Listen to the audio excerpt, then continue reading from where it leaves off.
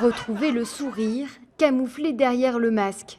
C'est ce que revendiquent les manifestants, tous unis contre le port obligatoire du masque, en particulier pour les enfants à l'école. On obéirait s'il y avait des conséquences vraiment très graves et si en plus les ordres étaient, on va dire, logiques. Je trouve que pour les plus jeunes, qui sont en plus asymptomatiques, non porteurs, non vecteurs du virus, c'est vraiment une double peine. Des fois, si ma fille a une crise d'asthme le matin ou un truc comme ça, elle ne m'envoie pas à l'école parce qu'elle a du mal déjà à respirer avec ce masque, ça y arrange pas les choses. Les marmailles participent eux aussi au rassemblement et témoignent des conditions parfois difficiles du port du masque en classe. Personnes qui se sont évanouies à cause de la chaleur.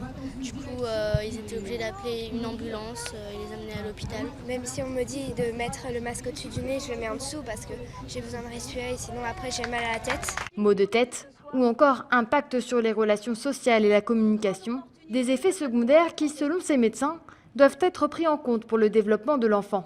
Cacher le visage est, à mon sens et à notre sens en médecine, beaucoup de psychiatres vous diront ça, très délétère pour le développement psycho-affectif de l'enfant. Vis-à-vis de sa mémé, son papy, on imaginait que quel plaisir a son papy, son mamie, si ce n'est que de voir son petit-fils, ses enfants, c'est-à-dire petit-fils, dans les EHPAD notamment, où on interdit toute visite.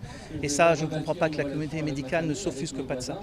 Les différents collectifs dénoncent le manque de fondements scientifiques sur l'efficacité du port du masque et revendiquent davantage de liberté.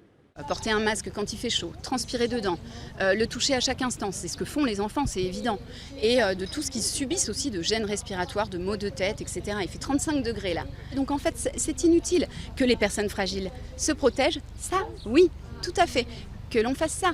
Les manifestants continueront à se battre, à l'image du mouvement lancé en métropole Enfance et Liberté, pour des assouplissements et des mesures adaptées au territoire réunionnais.